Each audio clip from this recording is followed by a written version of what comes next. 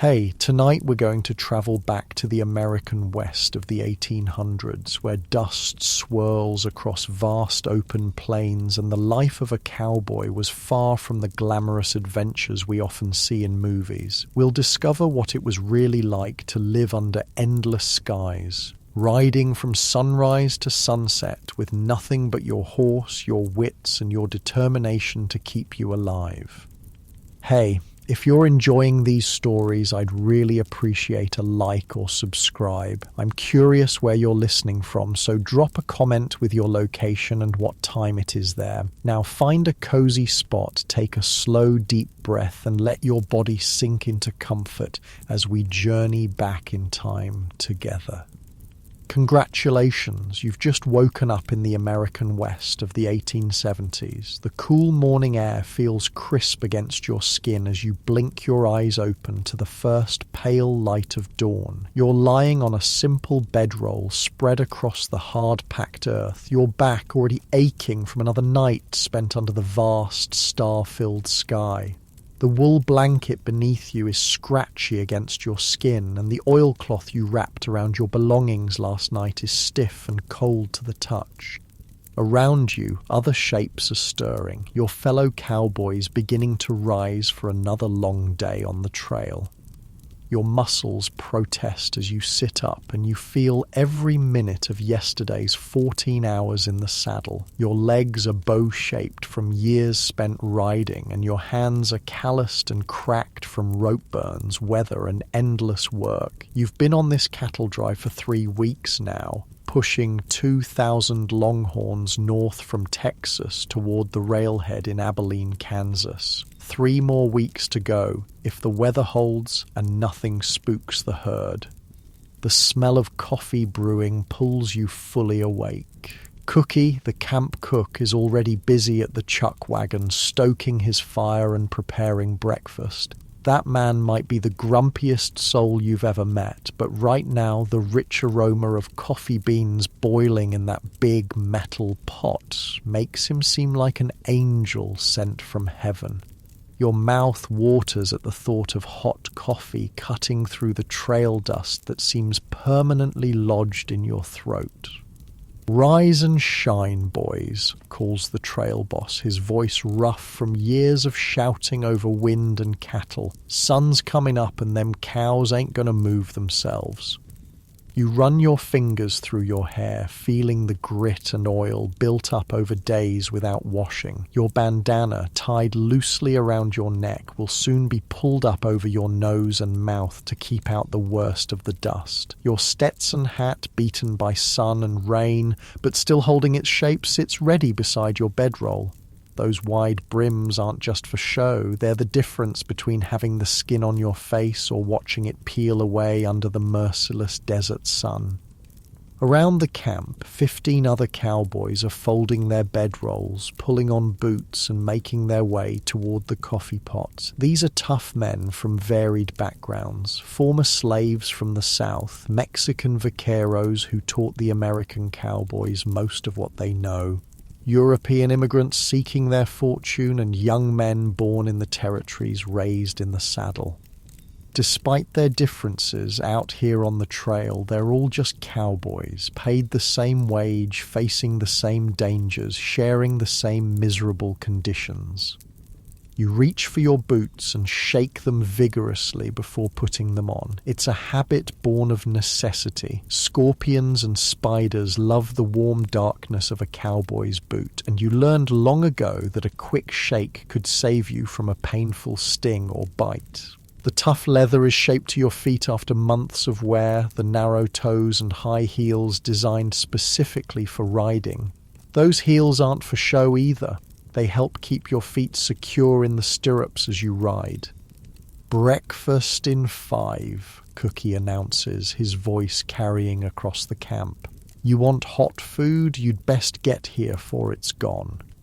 No one needs to be told twice. You tuck your bedroll under your arm and make your way to the chuck wagon, joining the line of men waiting for their morning meal. The chuck wagon itself is an impressive sight, a modified army wagon with a large box attached to the back. filled with food supplies, cooking equipment, and even basic medical provisions. Charles Goodnight invented this mobile kitchen just a decade ago, and it's revolutionized life on the trail. Before chuck wagons, cowboys had to make do with whatever they could carry in their saddlebags. Cookie slaps a metal plate into your hands, heaping it with beans and bacon. It's the same meal you had yesterday and the day before and will likely have tomorrow, but hot food is hot food and you're grateful for it. You take your plate and tin cup of coffee and find a spot to sit, the ground still cool beneath you. As you eat, you watch the sky lighten in the east. It's going to be another scorcher today. You can feel it in the air. The good news is there are no clouds on the horizon. Rain might sound pleasant after days of dust and heat, but a storm on the open prairie is every cowboy's nightmare. Lightning can spook a herd into a stampede faster than anything, and a stampede means hours of dangerous riding to regain control if you're lucky. Well, you've seen what 2,000 frightened longhorns can do to a man caught in their path. The memory of your friend Jackson, trampled 2 years ago when his horse stumbled during a night stampede, still makes your stomach clench. You bout done daydreaming? The voice of Diego, one of the vaqueros, pulls you from your thoughts. His dark eyes are amused beneath the brim of his sombrero. Boss says we're moving out in 10 minutes. You gulp down the last of your coffee, feeling the hot liquid burn pleasantly all the way down to your empty stomach. The beans and bacon are already gone. You've learned to eat quickly on the trail. Time is always in short supply, and a cowboy who dawdles over his food might find himself going hungry. Cookie takes your empty plate with a grunt that might be thanks. You head back to your bedroll, rolling it tight and tying it with practiced movements. Everything you own in the world is in this roll. A spare shirt, an extra pair of socks, a small bag of tobacco, your straight razor, and a tattered photograph of your mother. $35 in wages is carefully tucked into your boot, the accumulated payment for over a month of work. It's not much, but it's enough to keep you fed and with a roof over your head during the winter months when cattle drives stop and ranch work slows. You strap your bedroll behind your saddle and check your horse over carefully. This gelding has been with you for 3 years now, a steady mount with good cow sense. You run your hands down his legs, feeling for any swelling or heat that might indicate injury. Finding nothing concerning, you check his hooves next, picking out small stones and packed dirt. A lame horse out here could mean death, not just for the horse, but potentially for you as well. The closest town is 4 days' ride away, and no cowboy can keep up with a cattle drive on foot. Mount up! The trail boss's command rings out across the camp, and there's an immediate flurry of activity as men finish their preparations and climb into their saddles. The morning air is still cool as you swing up onto your horse, feeling the familiar creak of leather beneath you. Your body settles into the saddle like it belongs there, years of riding having shaped your muscles and bones to this position. You nudge your horse forward, taking your place in the lineup. As a mid-level hand, you'll be riding flank today, keeping the herd bunched together and chasing down any strays that try to wander off. Ahead, the point riders are already moving toward the bedground where the cattle spent the night. In the growing light, you can see the massive herd of longhorns, some still lying down, others already on their feet and grazing on the sparse grass. Their enormous horns catch the early sun, some spreading 6 feet or more from tip to tip.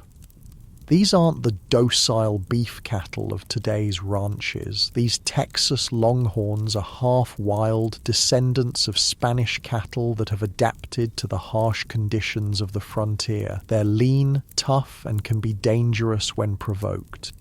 The work of getting them moving begins, point riders circling the front of the herd while drag riders prod those still reluctant to rise. You take your position along the side of the herd, your horse alert beneath you, ready to respond to the slightest pressure from your legs. This is where experience counts, knowing how to move, when to push, when to hold back. A good cowboy can read cattle like a book, anticipating their movements before they happen. As the herd begins to move, a familiar cloud of dust rises into the air. You pull your bandana up over your nose and mouth, but you know from experience that by day's end you'll still be tasting dust with every swallow. Your eyes will be red and irritated, your skin coated with a fine layer of grit that works its way into every crease and fold of your body. There's no escaping it. Dust is as much a part of a cattle drive as the longhorns themselves. The sun climbs higher as the morning progresses, its heat intensifying with each passing hour. By midday, it feels like you're riding through an oven, the air shimmering above the prairie grass. Sweat soaks your shirt, then dries almost immediately in the hot, dry wind. Your lips crack and split, and no amount of water seems enough to quench your thirst. But the canteen at your side must last until evening, so you take only small sips, just enough to wet your mouth. Around noon, you spot a stray yearling breaking away from the herd, its lean body darting through a gap in the line. Without hesitation, you signal your horse with a slight shift of weight and pressure from your legs. The gelding responds instantly, changing direction and accelerating toward the escaping longhorn. This is what you live for. These moments of perfect communication between rider and horse, the thrill of the chase, the satisfaction of a job well done. You close on the yearling quickly, your rope already loose in your hand. With a practiced motion, you swing the lariat overhead and release, watching as the loop settles perfectly around the animal's neck. Your horse knows what comes next, bracing itself as you pull the rope taut and begin turning the stray back toward the herd. It's a dance you've performed countless times, and despite the danger, a wrong move could result in your horse falling, the rope tangling around your arm, the angry longhorn charging. There's a certain beauty to it. The yearling rejoins the herd, and you return to your position on the flank, coiling your rope and securing it to your saddle once more. Your arms ache from the effort, adding to the general discomfort that is a cowboy's constant companion. But there's no time to rest or recover. Already, another stray is making a break for freedom on the far side of the herd, and one of your fellow cowboys is racing to intercept it. The afternoon stretches endlessly before you, a monotonous cycle of riding, watching, chasing, and returning. The trail boss sets a steady pace, aiming to cover 15 miles before making camp for the night. It doesn't sound like much, but moving 2,000 cattle across open country is slow work. Too fast, and the animals will lose weight, becoming less valuable at market. Too slow, and you risk running short on water or grass, or being caught by early winter storms further north. As the sun begins its descent toward the western horizon, your thoughts turn to the evening ahead. There will be another meal of beans and bacon, perhaps with biscuits if Cookie is feeling generous. There will be coffee strong enough to stand a spoon in, as the cowboys like to joke. There will be an hour or two of rest before night watch begins. Every man takes his turn, standing guard over the herd during the night, alert for predators, rustlers, or anything that might startle the cattle into a stampede. Tonight, you're on second watch, which means a few hours of sleep before being woken around midnight. It's not ideal. Third watch would allow for more uninterrupted rest, but it's better than first watch, which comes immediately after dinner and leaves you struggling to stay awake in the saddle the next day. The trail boss signals for the herd to be turned slightly eastward toward a small creek that should provide water for the night. Finding good bed grounds is a critical skill. The site needs water, enough grass to feed 2,000 hungry cattle, and ideally some natural features that help contain the herd. Tonight's spot looks promising, with the creek on one side and a gentle rise of land on another that will make it easier to keep the longhorns together. As the sun touches the horizon, painting the sky in brilliant oranges and reds, the day's ride finally comes to an end. The cattle, thirsty after hours of movement, head eagerly for the water. Cowboys position themselves strategically around the herd, ensuring that the animals don't bunch too tightly at the creek and that none wander too far in search of better grazing. You dismount with a groan, your legs stiff and sore after 14 hours in the saddle. The ground feels strange beneath your feet, and you walk with the slightly bow-legged gait that marks a career cowboy. Your first priority is your horse. No matter how tired or hungry you are, your mount comes first. You remove the saddle and bridle, checking again for any injuries or sores that might have developed during the day's ride. Finding none, you brush the animal down with handfuls of grass, removing sweat and dust from its coat. Only when your horse is watered, fed, and secured for the night do you turn your attention to your own needs. The chuck wagon is already set up, Cookie working his usual magic with limited ingredients. The smell of food draws the cowboys like moths to a flame, their fatigue momentarily forgotten in anticipation of a hot meal. You join the line, exchanging tired nods with your companions. Words are scarce after a long day on the trail. Everyone is too exhausted for conversation. With plate in hand, you find a spot to sit, your body sinking gratefully to the ground. The beans and bacon taste better than the finest restaurant meal simply because you're so hungry. You eat slowly now, savoring each bite, knowing that once the food is gone, sleep beckons. Around you, other cowboys do the same, some already lying back on their bedrolls, boots still on, hats pulled over their faces to block the last light of day. As darkness falls completely, the night watch prepares to ride out. 4 men for the first shift, moving slowly around the perimeter of the herd, singing softly to the cattle. A cowboy's singing voice might not win any contests in town, but out here it serves a vital purpose. The steady, rhythmic sound helps keep the cattle calm and lets them know where the riders are, preventing startled reactions when a horse approaches in the darkness.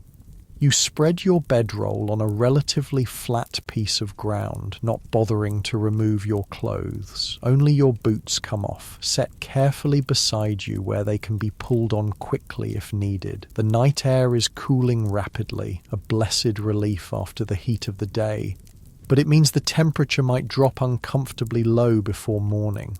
You pull your blanket up, using your saddle as a pillow, and gaze up at the stars emerging in the darkening sky. This is the moment when the hardships of a cowboy's life seem worth it. Lying beneath a canopy of stars so bright and numerous they seem close enough to touch, the soft sounds of cattle and horses in the background, the vast openness of the frontier stretching in all directions.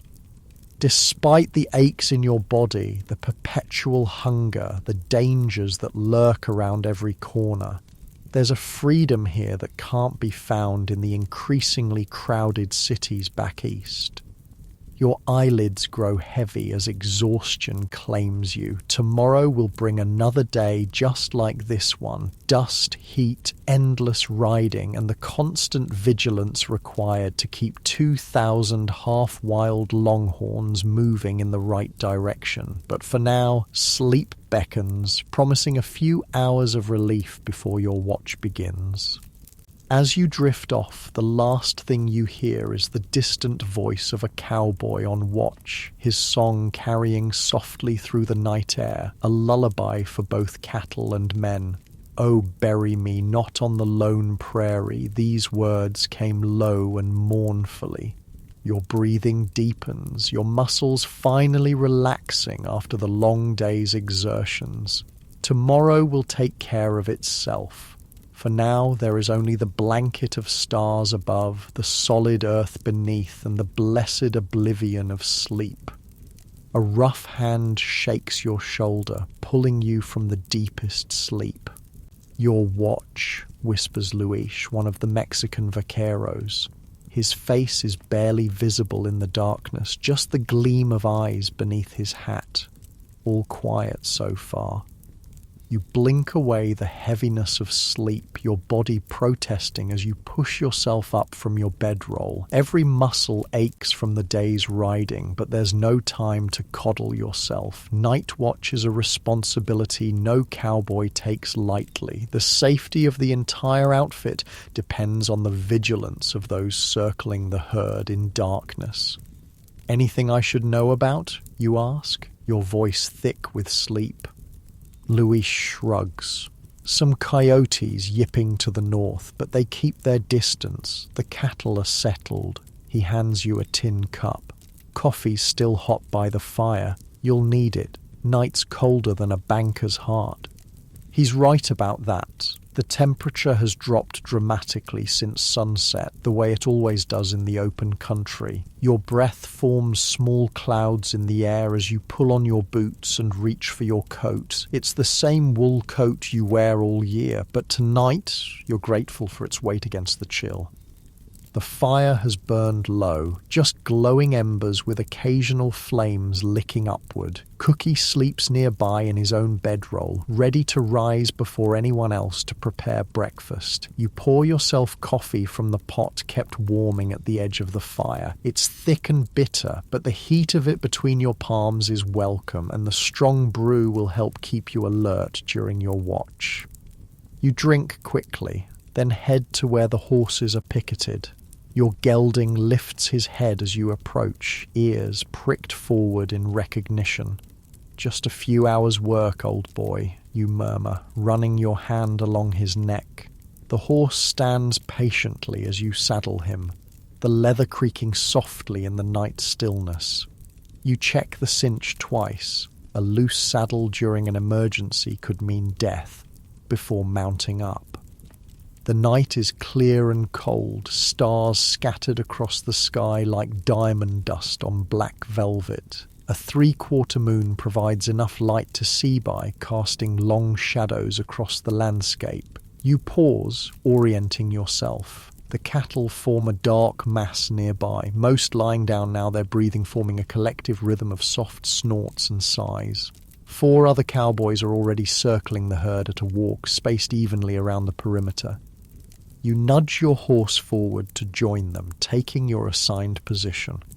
Night watch follows a simple pattern. Ride slowly around the herd, singing or humming softly to let the cattle know you're there and stay alert for anything unusual. Sometimes it's peaceful work, almost meditative in its repetition. Other times, especially during storms or in Indian territory, every sense remains painfully sharp, every shadow potentially hiding danger. Tonight seems peaceful enough. The cattle are settled, and the only sounds are the soft shuffling of your horse's hooves through the prairie grass, the occasional lowing of a cow, and the distant call of a nighthawk. You begin to hum a familiar tune, just loud enough for the nearest cattle to hear.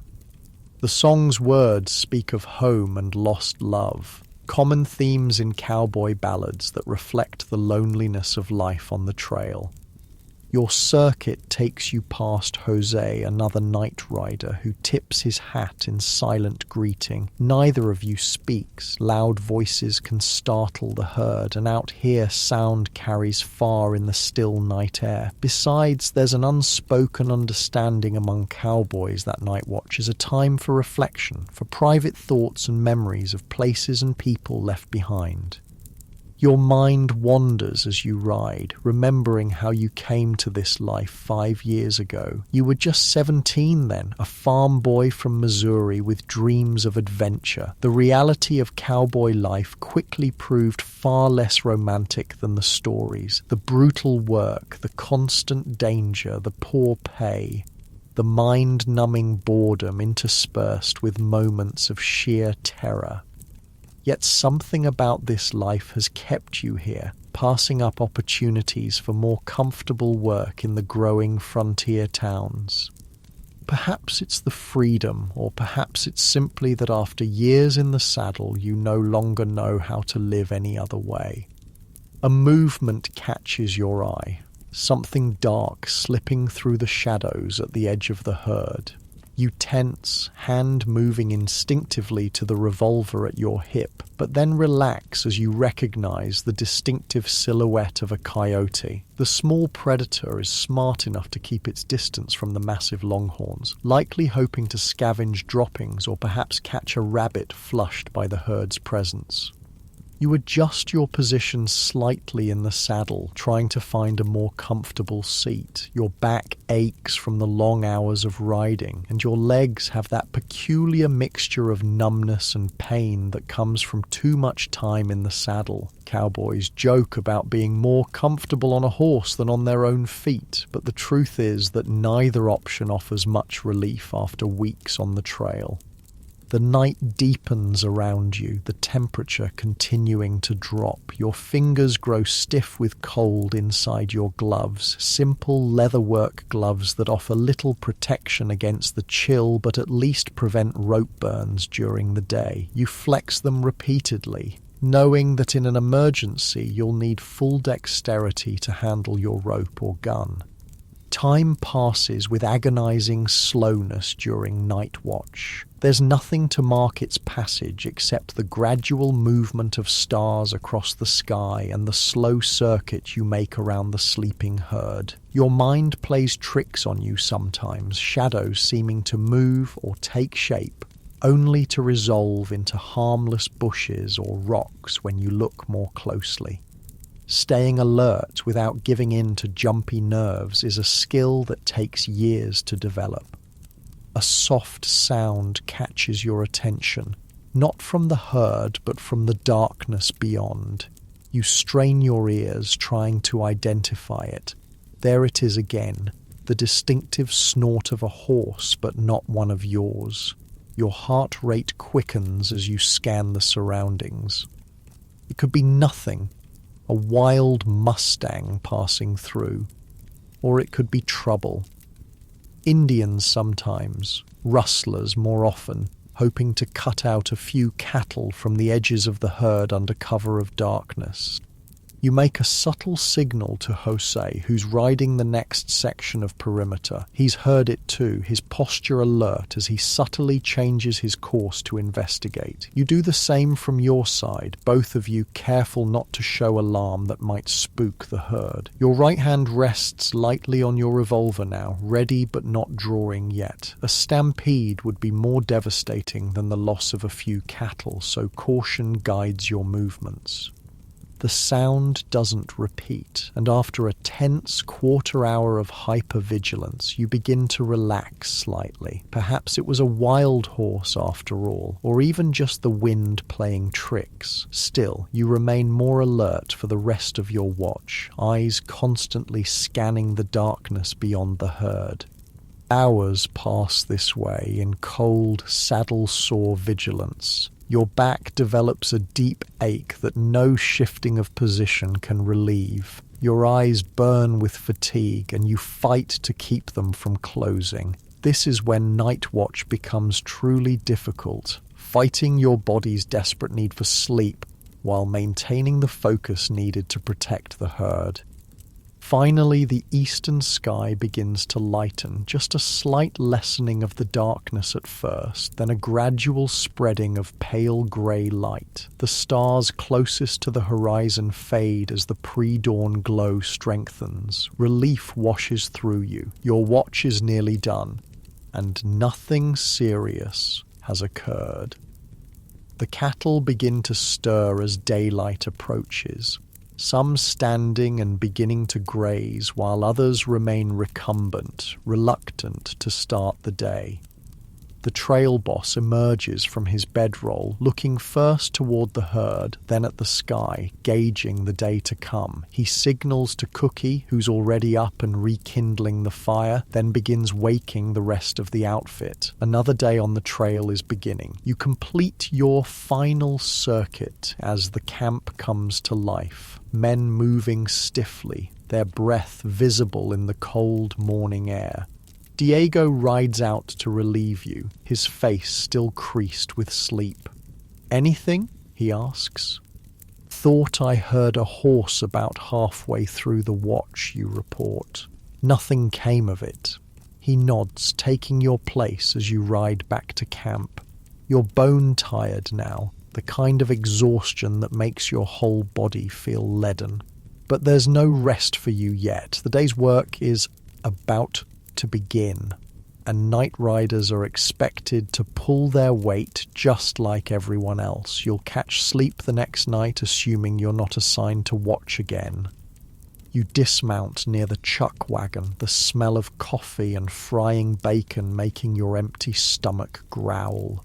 Cookie looks up from his work, his weathered face impassive. "Grab some grub," he says. "Boss wants to move out early today. Says there's water 10 miles ahead he wants to reach by noon."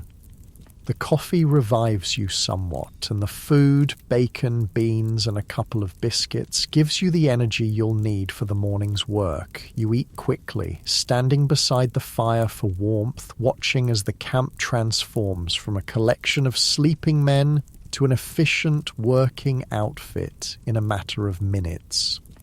The routine is so familiar it requires little thought. Eat, saddle your fresh mount from the remuda, roll your bedding, secure it behind your saddle, and take your position. Today you're assigned to the left flank again, keeping the herd together and preventing strays from wandering off.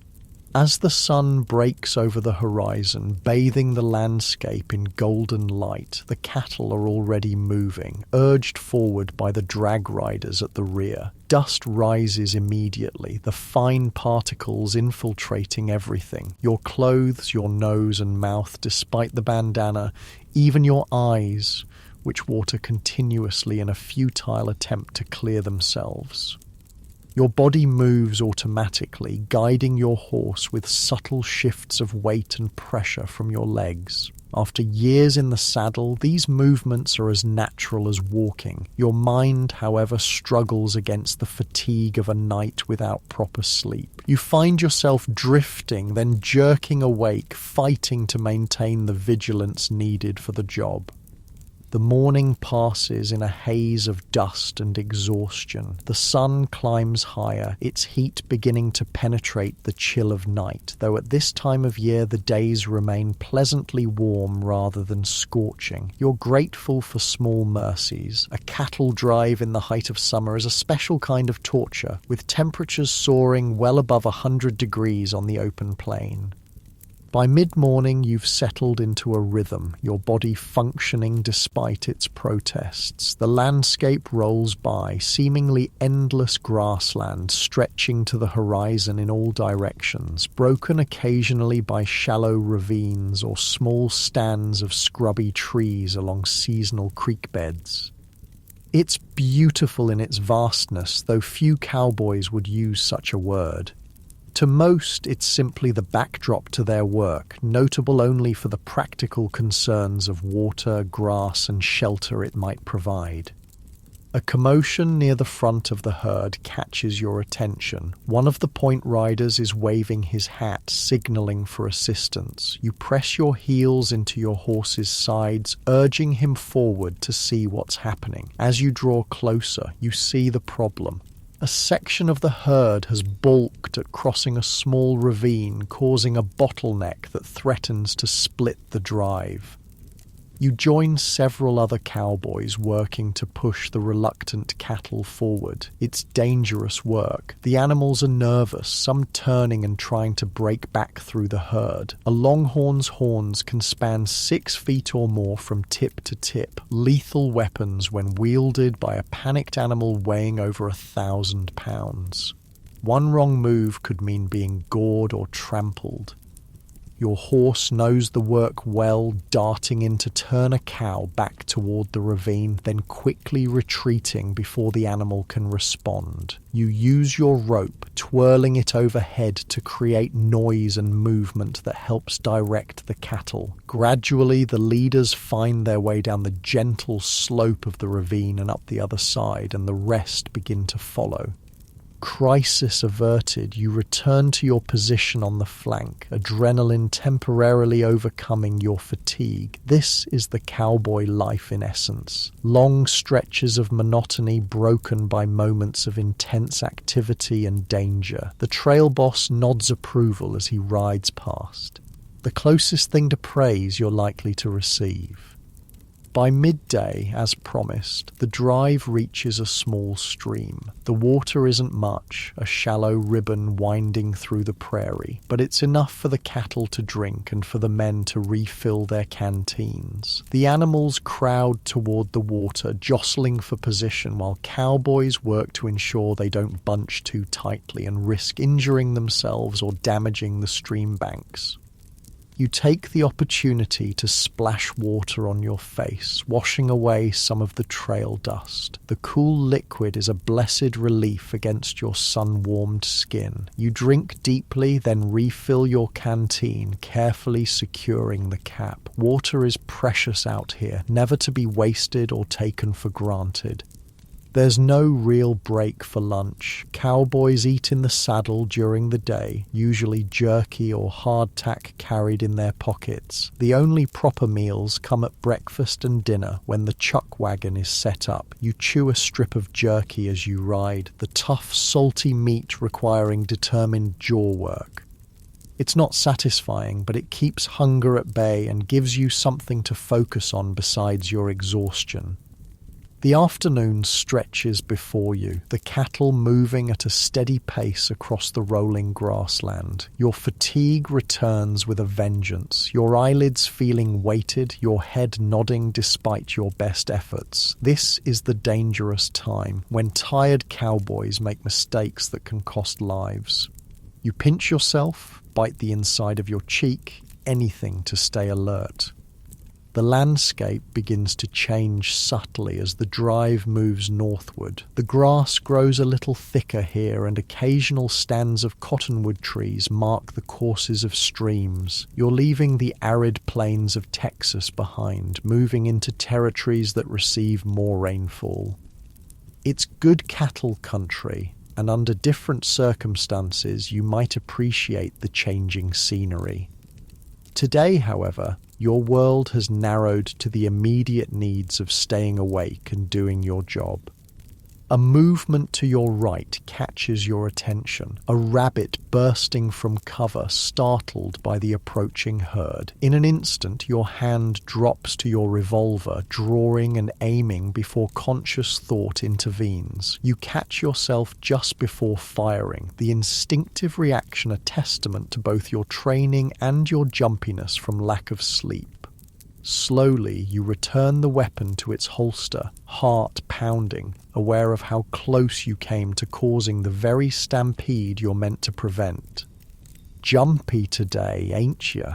The voice belongs to Tom, a veteran cowboy riding nearby. His weathered face shows amusement rather than concern. Night watch'll do that to a man. Keep your iron holstered unless you want the boss to tan your hide.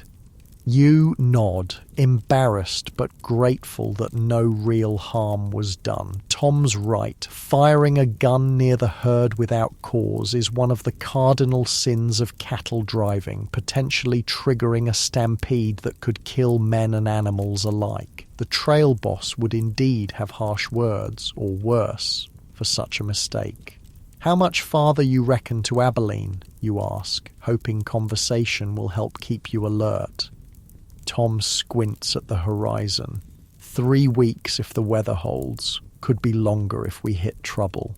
Trouble could mean anything from flooded rivers to Indian attacks to the dreaded Texas fever that sometimes struck northern cattle exposed to the seemingly healthy longhorns. The reminder of your destination brings mixed feelings. Abilene means the end of the drive, payment for your work and the luxuries of town, a real bed, a hot bath, maybe a visit to a saloon for whiskey and cards. But it also means decisions about what comes next. Finding work for the winter, perhaps signing on with another outfit for the return journey south, or trying your luck at something else entirely. Some cowboys dream of saving enough to buy their own small herd someday, but the meager wages make that dream distant for most.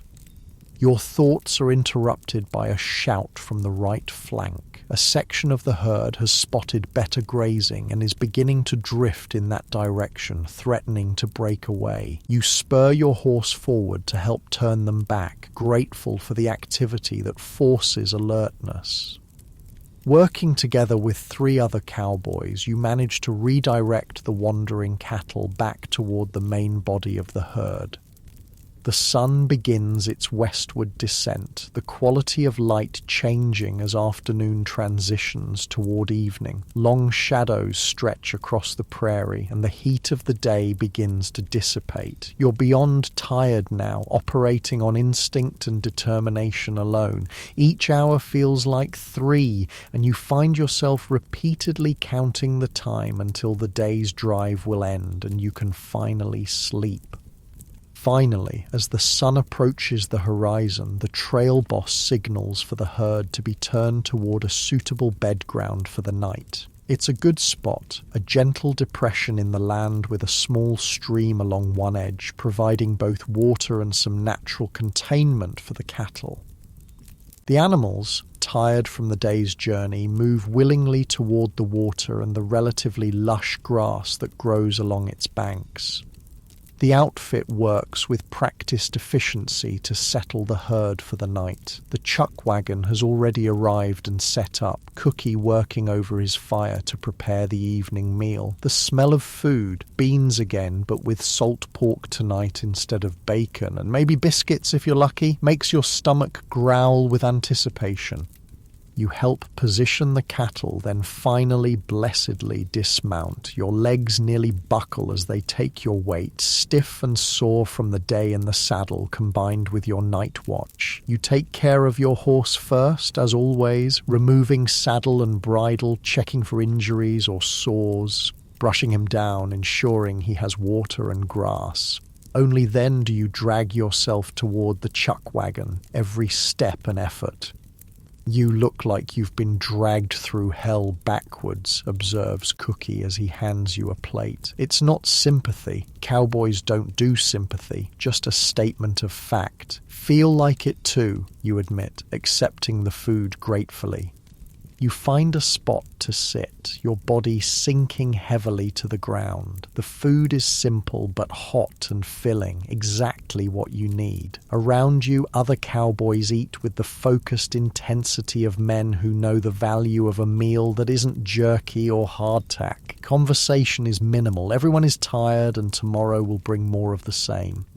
The trail boss approaches as you're finishing your food, stopping beside you. You're off watch tonight, he says, his tone making it clear this isn't a favor but a practical decision. Get some sleep, need you sharp tomorrow. You nod gratefully, too exhausted for words. As soon as you've finished eating and returned your plate to Cookie, you unroll your bedding and prepare for sleep. The sun has fully set now, the temperature dropping rapidly. You don't bother removing your clothes, just your boots, placed carefully within reach for quick access if needed. Your revolver goes under your folded jacket, which serves as your pillow. Around you, the camp settles for the night. Men talk quietly, some mending torn clothing or repairing equipment by the firelight. Others smoke, the sweet smell of tobacco mingling with the wood smoke from the fire. The night watch prepares to ride out, checking their gear and mounting up with quiet efficiency. You lie back, looking up at the stars emerging in the darkening sky. Despite the aches in your body and the bone-deep fatigue, there's a certain peace in this moment. The vastness of the sky above, the solid earth beneath, the knowledge of a job done as well as possible under difficult circumstances. These things bring their own satisfaction. Your eyelids grow heavy, the voices around you fading as sleep approaches. Tomorrow will bring more dust, more danger, more monotony interspersed with moments of intense activity. But for now, there is only the welcome oblivion of rest, pulling you down into darkness as completely as a stone sinking in deep water. Your last conscious thought is gratitude for the food in your belly, the relative safety of the camp, and most of all for the gift of sleep uninterrupted by watch duty. Then consciousness fades and you drift into dreams of green valleys and clear streams, far from the dust and danger of the trail. Morning comes too soon, the first grey light of dawn filtering through your closed eyelids. For a moment, you lie still, savouring the last remnants of sleep before the day's demands begin. Your body feels heavy against the ground, muscles stiff and sore from weeks of hard riding. The air is cool against your face, carrying the scents of dew-dampened grass, wood smoke from the rekindled fire, and the earthy smell of cattle that permeates everything on a drive. Around you, the camp is already stirring. Cookie bangs pots at the chuck wagon, his way of announcing that breakfast will soon be ready. Men grunt and groan as they rise, their bodies protesting after another night on the hard ground. No one speaks much at this hour. Words come later after coffee has worked its magic. You push yourself up, wincing at the various aches that make themselves known. Your lower back feels particularly tight this morning, and your right shoulder throbs where you landed on it after being thrown from your horse last month. Old injuries and new ones blend together after years on the trail, creating a map of pain that every experienced cowboy carries with him. The trail boss stands near the fire, conferring with Cookie and studying the sky. There's a heaviness to the air this morning, a certain quality to the light that suggests weather might be coming. Not good news, rain can turn a simple cattle drive into a nightmare of mud, irritable livestock, and the constant threat of stampede. You pull on your boots and make your way to the chuck wagon, joining the line of men waiting for coffee. Diego hands you a tin cup of the steaming black liquid, strong enough to stand a spoon in, as cowboys like to say. The first sip burns your tongue, but sends a welcome jolt of warmth through your system. By the third sip, you're beginning to feel human again. Cookie dishes out breakfast. Beans again with salt pork and biscuits. It's the same meal you've eaten countless times, but hunger makes it taste good enough. You find a spot to sit, nodding greetings to the men around you. Conversation is still minimal, most of the outfit focused on eating and mentally preparing for the day ahead. "River crossing today," announces the trail boss, his voice carrying across the camp. A collective groan rises from the men. River crossings are among the most dangerous parts of any cattle drive, combining deep water, nervous animals, and countless opportunities for disaster. "About 10 miles ahead, want to hit it by mid-afternoon, get across before sundown." You finish your breakfast quickly, knowing there's extra work to be done if a river crossing is coming. Every man in the outfit will need to be alert and ready, every horse steady and reliable. The trail boss begins assigning positions for the day's ride, placing his most experienced hands at critical points around the herd. "You'll take left point," he tells you, a position of responsibility that both flatters and concerns you. Point riders lead the herd, setting the pace and direction. It's skilled work that requires good judgment and quick reflexes. The boss must have noticed your handling of yesterday's ravine crossing, or perhaps he's just short-handed and needs every capable rider he can get. You saddle your horse with particular care this morning, checking every strap and buckle twice. The equipment failure during a river crossing could be fatal, not just for you, but potentially for other men caught in the resulting chaos. Your gelding seems to sense the importance of the day, standing unusually still as you tighten the cinch and secure your bedroll behind the saddle. By the time the sun breaks fully over the horizon, the outfit is mounted and ready to move. The cattle are already on their feet, grazing the last bits of grass before being urged forward. You take your position at the left front of the herd, alongside Manuel, an experienced vaquero who will ride right point. Between you, you'll guide 2,000 longhorns toward the river crossing ahead.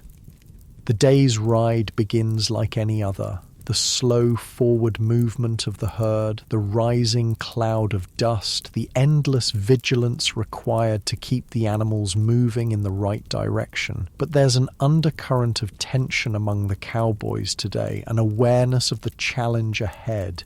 River crossings test both men and animals, revealing weaknesses and requiring perfect coordination among the entire outfit. The landscape gradually changes as the morning progresses.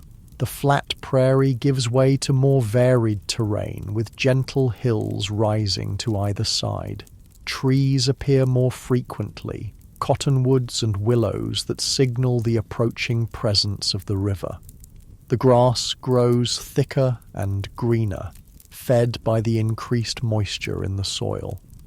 By mid-morning you can smell the river, a distinctive scent of water, mud, and the particular vegetation that grows along watercourses. The cattle sense it too, their pace increasing slightly as thirst drives them forward. This eagerness helps move the herd, but will become problematic at the crossing itself, where control is essential.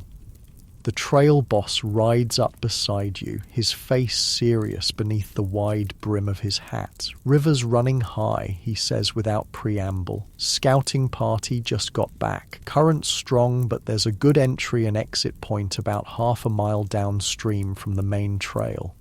You nod, absorbing this information. A high river means deeper water, stronger current, and greater danger. But a good entry and exit point, gentle slopes rather than steep banks, will help tremendously. The worst crossings combine deep water with steep, muddy banks that exhausted cattle struggle to climb, creating bottlenecks that can lead to animals drowning. "Keep them tight on approach," the boss continues, "but once we hit water, give them room. Don't want them bunching in the current. It's standard procedure for river crossings, but the reminder is welcome. Even experienced cowboys can make mistakes when tensions run high."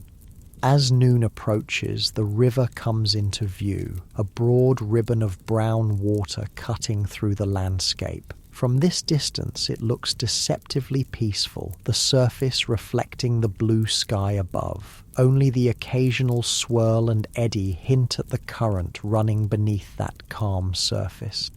The trail boss calls a brief halt, gathering the outfit for final instructions while the cattle graze. Men listen intently, understanding that their lives may depend on executing this crossing correctly. Tasks are assigned, contingency plans established, signals agreed upon. The atmosphere is focused rather than fearful. These men have faced such challenges before and will face them again if they survive this one. Your role as point rider is critical. You'll be among the first to enter the water, establishing the path the cattle should follow. If your horse handles the crossing well, the animals are more likely to follow without balking. If you run into trouble, it could trigger panic throughout the herd. The drive resumes, angling toward the crossing point identified by the scouts. As you draw closer to the river, you can now see the power of the current, the way it tugs at fallen branches caught in its flow. The water is murky with silt, making it impossible to judge its depth by sight alone. The crossing will be an act of faith as much as skill. A quarter-mile from the river, the trail boss gives the signal to begin positioning the herd. The relatively straight line of the drive transforms into a rough wedge shape, with you and Manuel at its tip. Other riders move to the sides and rear, preparing to prevent breaks and keep the animals moving forward. The most experienced men take positions at the rear and along the river itself, ready to rescue any cattle or cowboys who get into trouble. Your mouth feels dry despite the water so tantalizingly close. You've crossed rivers before, some worse than this, some better, but each crossing carries its own dangers. You check your gear one last time, making sure nothing is loose that could be caught in the current. Your lariat is secured but accessible, ready for use in an emergency. The trail boss rides up one last time. Steady pace, he reminds you. Don't rush it. Then he's gone, moving back along the line to oversee the entire operation. You exchange a glance with Manuel across the front of the herd. The vaquero's face is composed, but his eyes show the same awareness of danger that you feel. He nods once, a gesture of solidarity and mutual trust, then turns his attention back to the task at hand. The time for preparation is over. You nudge your horse forward, leading the herd toward the river's edge. The ground becomes softer underfoot as you approach, the grass thicker and interspersed with reeds and sedges. Water gleams ahead, the entry point a gentle slope of mud and gravel descending into the current. Your horse hesitates briefly at the water's edge, a natural caution that you respect but must overcome. You urge him forward with gentle pressure from your legs, speaking softly in encouragement. Easy now, boy. Nothing to it. We've done this before. The gelding steps into the river, water swirling around his fetlocks, then his knees as he moves deeper. The footing is still good, firm rather than muddy, and his confidence grows with each step. Behind you, the lead cattle follow, their massive horned heads held high above the water. The river gets deeper quickly, the bottom dropping away. Soon your horse is swimming, his powerful shoulders working beneath you as he fights the current. Water rises to your knees, cold even through your tough canvas pants. You keep your feet in the stirrups. Contrary to normal practice when a horse falls, during a river crossing, it's better to stay connected to your mount, your fates literally tied together. The current pushes against you stronger than it appeared from the shore. It takes constant correction to maintain your direction toward the exit point on the far bank. You can hear splashing and occasional bellows behind you as the cattle enter the water en masse, but you dare not take your attention from your own crossing. Halfway across, the current intensifies, channeled by an unseen depression in the riverbed. Your horse struggles, swimming hard but being carried downstream. You fight the instinct to panic, keeping your body relaxed and your weight centered. Panicking now could doom you both. For a moment, it seems the current might win, sweeping you far downstream from the exit point. Then your horse finds new strength, his powerful legs churning through the water with renewed determination. Gradually, stroke by stroke, he regains ground against the flow. The water begins to shallow, your horse's hooves occasionally scraping bottom. Hope rises as you approach the far bank. The exit point is visible now, a gentle slope of gravel leading up to solid ground. Your horse feels it too, his efforts becoming more purposeful as solid footing comes within reach. With a lunge, he leaves the main current, water streaming from his sides as he gains the shallows. A few more strides and you're out, your boots and legs soaked but otherwise unharmed. You immediately turn to watch the herd, assessing how the crossing is progressing. The scene behind you is controlled chaos, hundreds of cattle in the water at once, their huge horns visible above the surface like a bizarre floating forest. Cowboys ride alongside the struggling animals, keeping them moving in the right direction, occasionally darting in to turn astray back toward the exit point. Manuel emerges from the river nearby, his horse blowing hard from the exertion. Like you, he immediately turns to watch the crossing, ready to ride back in if needed. There's no celebration of your own safe passage, not with the majority of the herd and outfit still in danger. The crossing continues for over an hour, a grueling process of guiding frightened, stubborn animals across a dangerous obstacle. From your vantage point on the bank, you can see the strain on both cattle and cowboys. Several times, animals get into trouble, caught in the current or panicking midstream, requiring dangerous rescue operations by the riders. Miraculously, the herd makes it across with minimal losses, just 3 cattle swept downstream despite the outfit's best efforts. One cowboy's horse stumbles in the shallows, sending its rider tumbling into the water, but both emerge relatively unscathed. By the standards of river crossings, it's a significant success. The trail boss is the last to cross, ensuring every animal and man is safely on the far shore before risking his own passage. When he finally rides clear of the water, a subtle relaxation passes through the outfit. No one speaks of their relief. Cowboys don't acknowledge fear, even after the fact. But it shows in slightly looser postures and deeper breaths. There's no time to rest, however. The cattle must be moved away from the river and settled for the night. They're agitated from the crossing, more prone to spooking or wandering off. Every man in the outfit remains vigilant as they urge the herd towards suitable grazing ground half a mile from the shore. You ride with water squishing in your boots and your clothes plastered to your skin. Despite the discomfort, you feel a quiet satisfaction. Point is a position of trust and you handled it well. In the unspoken hierarchy of the outfit, such things matter.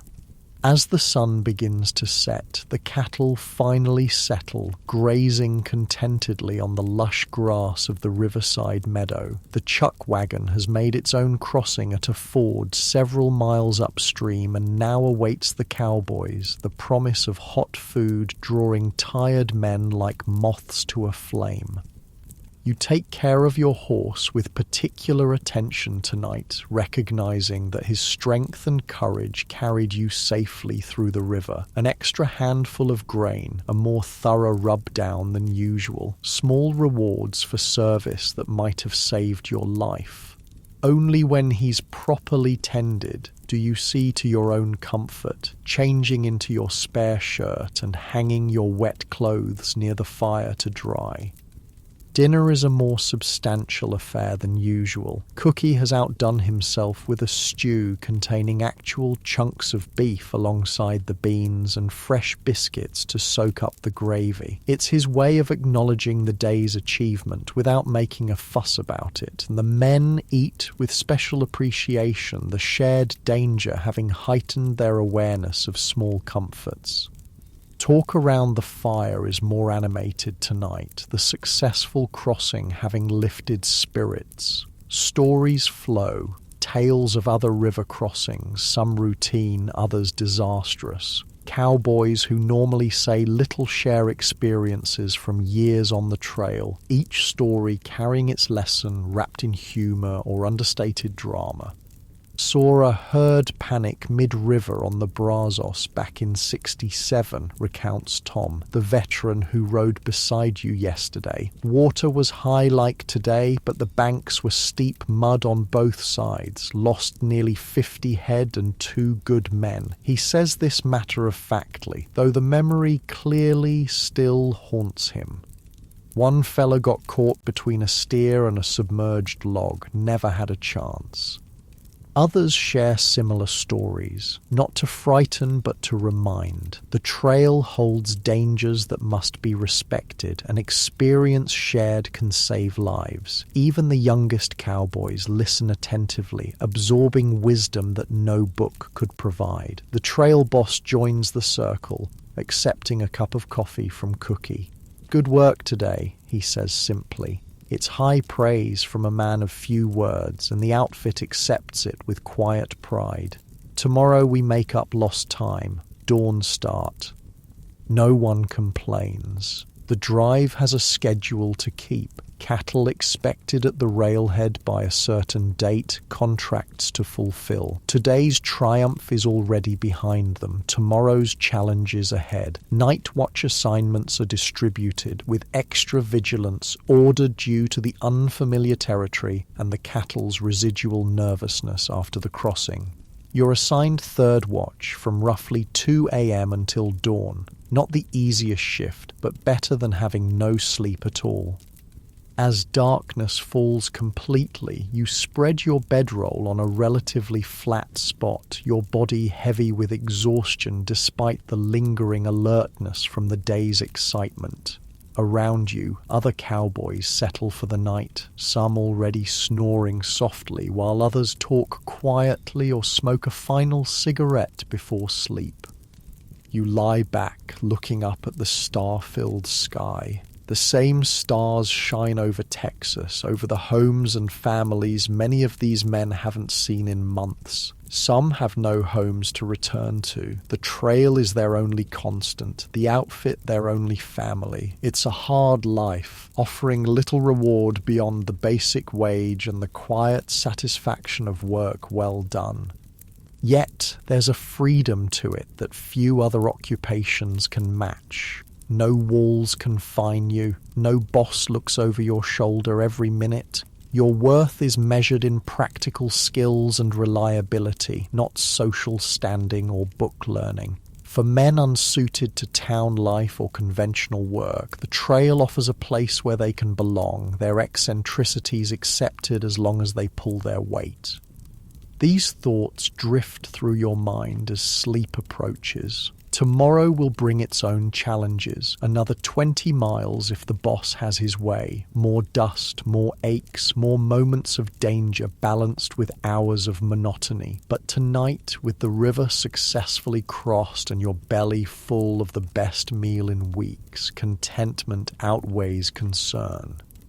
Your eyelids grow heavy, your breathing deepens. The murmur of voices around the fire blends with the soft lowing of cattle and the occasional stamp of a horse's hoof, creating a lullaby familiar to every cowboy. Sleep comes quickly, pulling you down into welcome darkness. It seems only minutes later when a hand shakes your shoulder, though your body tells you hours have passed. "Your watch," whispers a voice in the darkness. You blink awake, momentarily disoriented. The camp is silent now, the fire burned down to embers that cast just enough light to see by. The moon hangs low in the western sky, suggesting it's indeed close to 2 a.m. Your third watch duty has arrived. Rising stiffly, you pull on your boots and reach for your coat. The night air has a definite chill, especially with the river so close. You check your revolver by feel, a habit so ingrained you do it without conscious thought, then make your way to where the horses are picketed. Your mount greets you with a soft nicker, remarkably fresh considering the day's exertions. You saddle him quickly, your fingers working by touch and memory in the dim light. Minutes later, you're riding toward the herd, relieving a tired cowboy who's been circling since midnight. "All quiet," he reports. "Couple of coyotes yipping to the east, but they're keeping their distance." You nod, taking his place as he rides back to camp and the few hours of sleep awaiting him. The cattle form a dark mass across the meadow, most lying down now, their breathing creating a collective rhythm of soft snorts and sighs. You begin your circuit, riding slowly around the perimeter. The night is clear and peaceful, stars brilliant overhead. A light breeze carries the scent of water from the river and the sweet smell of crushed grass beneath the herd. In moments like this, the hardships of the trail seem distant, balanced by a profound connection to the land and sky that few people ever experience. You hum softly as you ride, a tuneless sound meant to let the cattle know you're there. Watching over 2,000 half-wild longhorns might seem like an impossible task for one man, but experienced cowboys know that calm, well-fed cattle rarely cause trouble at night unless startled. Your presence, moving predictably around them, provides reassurance rather than alarm. Hours pass with meditative slowness. Your thoughts drift, touching on memories of past drives, wondering about the trail ahead, occasionally returning to more practical concerns like the worn state of your boots or whether your wages will cover the new saddle you've been eyeing in Abilene. The eastern sky begins to lighten almost imperceptibly, the stars closest to the horizon fading as the first hint of dawn approaches. The cattle stir, some rising to graze in the cool morning air.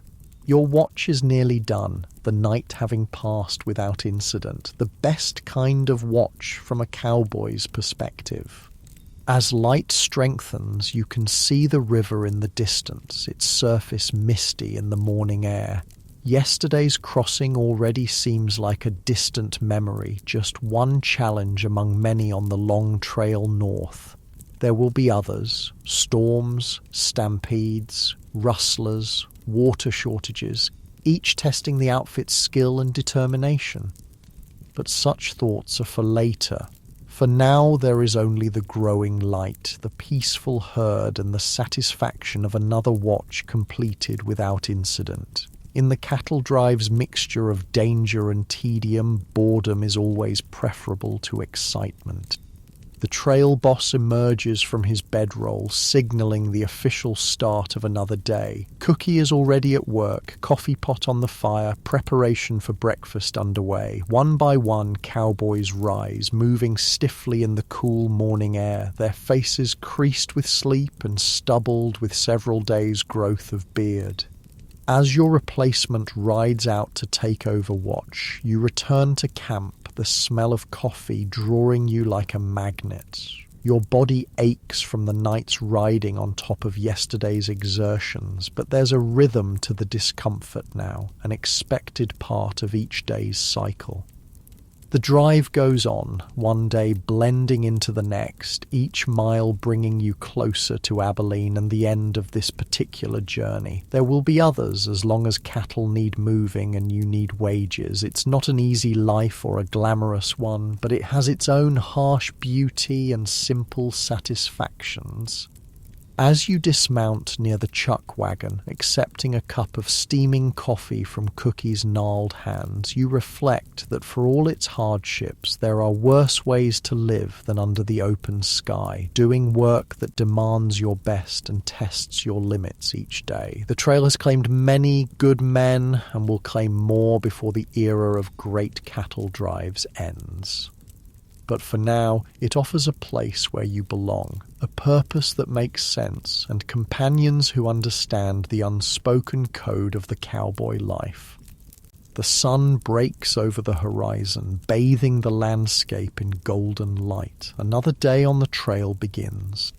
2 weeks have passed since the river crossing. 2 weeks of dust and monotony, broken only by the occasional excitement of a wandering steer or threatening weather. The cattle have settled into the rhythm of the drive, moving with less resistance each morning, bedding down with familiar routine each night.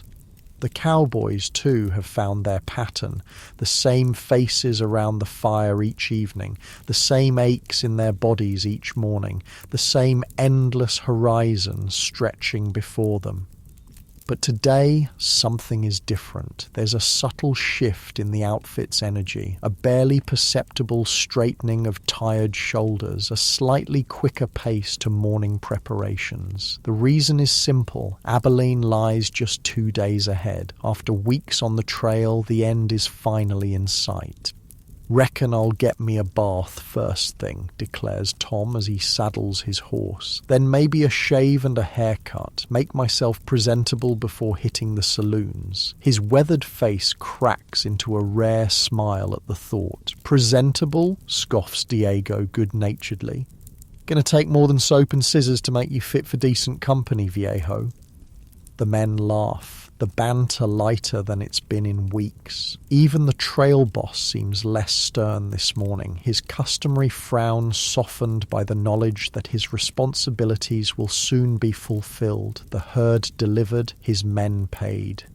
You feel it too. That mixture of anticipation and relief that comes with approaching the end of a long journey. Your thoughts drift to the simple pleasures awaiting you in town. A real bed with clean sheets, hot food that isn't beans or salt pork, maybe a letter from home at the post office. Small luxuries that seem extravagant after months of deprivation. The day's ride proceeds much like any other, yet the outfit moves with renewed purpose. The trail boss pushes for good mileage, knowing that the sooner they reach Abilene, the sooner the cattle can be delivered and the men paid. No one complains about the pace. Every mile covered today means reaching town that much sooner. By evening, the landscape is showing subtle changes that indicate proximity to civilization. The occasional farm appears in the distance, fenced fields replacing the open prairie. Wagon tracks cross the trail more frequently, and once, a proper road intersects your path, its surface hardened by regular traffic. That night around the fire, conversation focuses almost exclusively on the town ahead and the pleasures it offers. For some of the younger cowboys, this will be their first visit to Abilene, and the veterans regale them with stories, some true, some exaggerated, all designed to heighten anticipation. The Long Branch Saloon's got a bar that stretches 50 feet, claims one old-timer, and girls prettier than sunrise. Course they'll take every cent you've earned if you let 'em. Don't forget Bullock's Hotel, adds another. Best steak and potatoes west of Chicago, worth every penny. You listen, adding your own memories from previous visits while mentally calculating how far your wages might stretch. $35 for a month's work sounds substantial until you consider the prices in a cow town at the height of the season. A good meal, $1. A bath, shave, and haircut, another $1. A new shirt, $2. A night's lodging in a decent hotel, $1.50. And that's before considering drinks, cards, and other entertainments that separate cowboys from their hard-earned money. Still, after weeks of nothing to spend money on, even a few days of relative luxury seems worth the cost. Besides, there's always the return journey south and the possibility of winter work on a ranch. A prudent cowboy doesn't spend everything in one town. Morning brings clear skies and rising excitement. Just one more day on the trail before reaching the outskirts of Abilene. The herd moves well, perhaps sensing the change in routine ahead, or maybe responding to the cowboys' more energetic handling. By midday, you can see smoke on the horizon, the coal-burning locomotives at the Abilene railhead, the destination you've been pushing toward for weeks. The trail boss calls for an early stop, wanting the cattle well rested for tomorrow's final push into town. Need them looking their best for the buyers, he explains, and I want you boys fresh too. No mistakes tomorrow. We're too close to mess up now.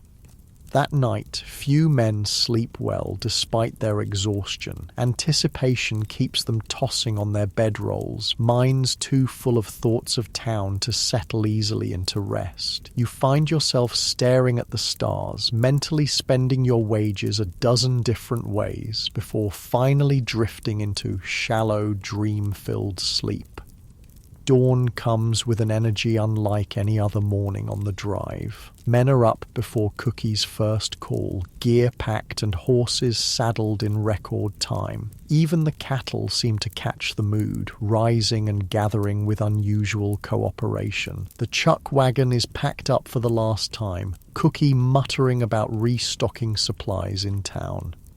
The trail boss gathers the outfit for final instructions before moving out. "We'll take it slow and steady into town," he emphasizes. "Keep the herd tight. Don't want them spooking at all the new sights and sounds. Diego, Manuel, Tom, you take point. You've done this before. The rest of you, keep your positions and your heads clear." He pauses, looking over the assembled men with an expression that's almost sentimental.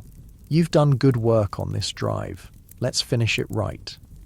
The outfit moves out with a sense of purpose that overrides fatigue and discomfort. The cattle flow smoothly along the trail, guided by cowboys who've learned every aspect of herd behavior over the long weeks of the drive. By mid-morning, the outskirts of Abilene come into view.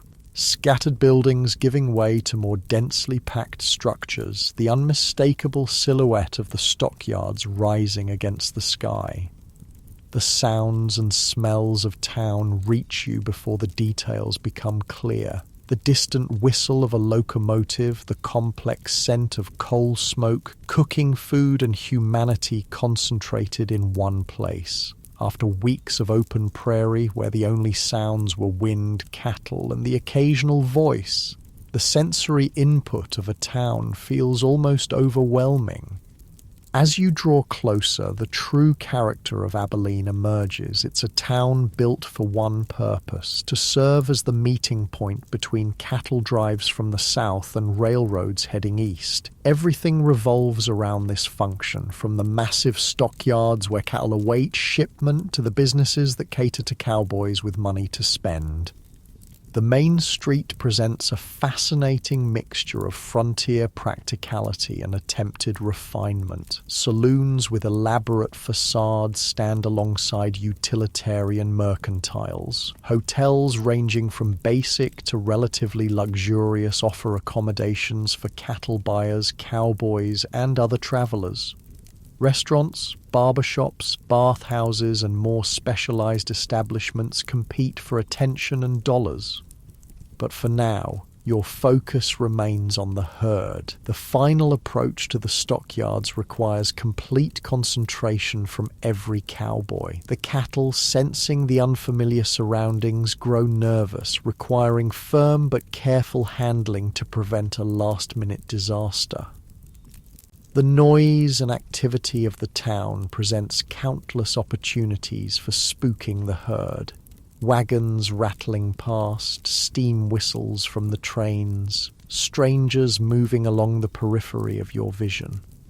The trail boss rides ahead to confirm arrangements with the stockyard manager while the outfit keeps the cattle moving steadily forward. Years of experience guide this final phase, knowing when to push, when to hold back, how to communicate with subtle signals that coordinate the entire group's movements. Finally, the gates of the stockyard come into view. The massive holding pens stand ready to receive the herd, connecting eventually to loading chutes that will transfer the cattle to rail cars bound for eastern markets. It's a far cry from the open prairie where these same longhorns grazed just months ago in Texas. With practiced efficiency, the outfit guides the herd through the gates and into the designated pens. Cowboys position themselves strategically, ensuring the cattle flow in the right direction and don't bunch too tightly at the entrance. It's hot, dusty work, but the end is literally in sight, lending energy to tired bodies. As the last steer passes through the gate, a palpable sense of accomplishment spreads through the outfit. Weeks of hardship, danger, and vigilance have culminated in this moment. The successful delivery of 2,000 head of cattle to their destination. The trail boss shakes hands with the stockyard manager, paperwork is exchanged, and just like that, the job is done. The cattle will be counted, inspected, and eventually loaded onto trains, but that's no longer your concern. Your responsibility ended the moment the last steer entered the stockyard. For the first time in over a month, you have no immediate duties, no herd to watch, no schedule to maintain. The trail boss gathers the outfit one last time outside the stockyard office. "Good work, boys," he says, his usual gruffness softened by genuine appreciation. "Get your horses settled at the livery, then meet at the drover's bank in 2 hours for your pay."